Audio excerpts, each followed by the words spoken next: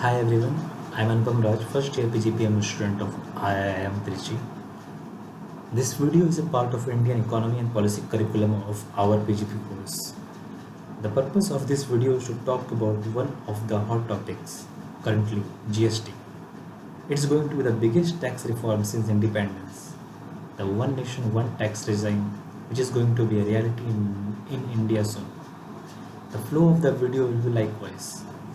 What is GST, how it will affect market, and its expected impact on two key parameters: growth and inflation in the short run and in the long run. Well, I said it's expected because cannot be sure of it, and much depends on the implementation as well. So, what is GST? Goods and Services Tax is an indirect tax reform which aims to remove tax barrier between states and create a single market. It will subsume central indirect taxes like excise duty, countervailing duty, and service tax, as also state levies like value added tax, octroi and entry tax, luxury tax. The final consumer will bear only the GST charged by the last dealer in supply chain, with set of benefits at all the previous stages. It will have two components: central GST levied by the center, state GST levied by the states. However, only the center may levy and collect GST on supplies in the course of interstate trade or commerce. Due to GST, market will undergo major changes. GST will lead to the creation of a unified market which would facilitate seamless movement of goods across the states and reduce the transaction costs of business. A study found that truck drivers in India spend 60% of their time off roads negotiating checkposts and toll plazas. The foreign brokerage said that 11 categories of taxes are levied on the road transport sector. The GST will help bring down logistical costs. Under the GST, manufacturers will get credits for all taxes paid earlier in the goods services chain, thus incentivizing firms to source inputs from other registered dealers.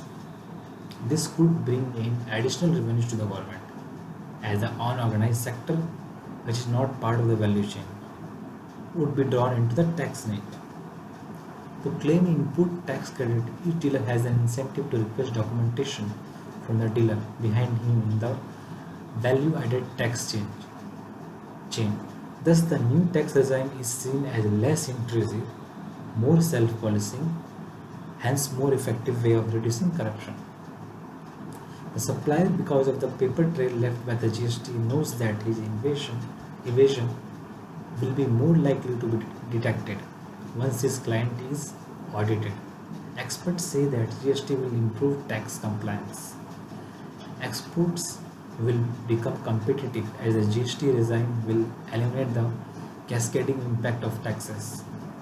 A National Council of Applied Economic Research study suggested that GST could boost India's GDP growth by 0.9 up to 1.7%. As per trade body ASSOCHAM President Sunil Kanoria, GST is a key brahmastra for India's GDP in times of challenging global environment. A finance ministry report said that the GST regime will boost the Make in India program as manufacturers will get input tax credits for capital goods. The cleanup of the Indian taxation system will reduce the number of excise duty exemptions. According to the government estimates, excise tax exemptions result in foregone revenues of rupees 1.8 lakh crore. The comparable figure for the states is about rupees 1.5 lakh crore. Together, India loses around 2.7% of GDP because of exemptions. The service tax rate would shoot up from the current level of 15%. Under the GST tax regime, this tax rate may go up to 18%. This has brought some fears that inflation could rise in the short term. Coming to the impact on inflation and growth of Indian economy. In the short term, no one expects that it will affect negatively growth and push core inflation up by as much as 1040 basis points. On the fiscal front, gains are likely to be felt in the short term through an increase in tax collections. The implementation of GST from the next financial year will lead to an increase in the service tax rate, which is currently 15%, as the services sector accounts for 60% of GDP.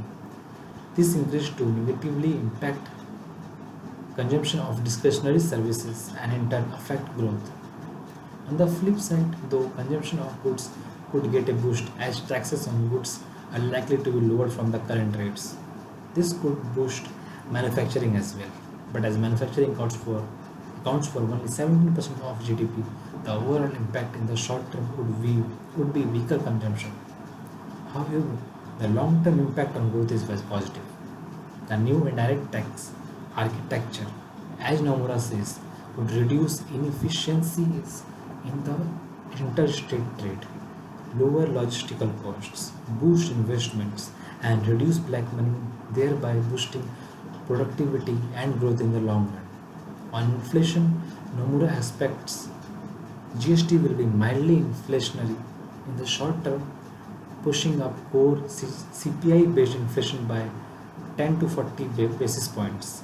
However, if the GST rate is higher than 22%, the CPI impact would be around 0.7%. The increase in inflation is likely to last around a year or two until the efficiency gains in the form of lower logistical costs and a lower tax burden, structurally reducing inflation.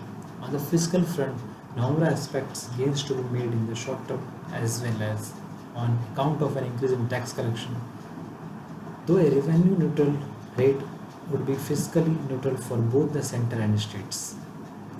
The tax revenues might rise as the GST architecture will push the black economy into the formal one, facilitate easier tax administration, and boost firm profits by lower logistical costs and tax efficiencies.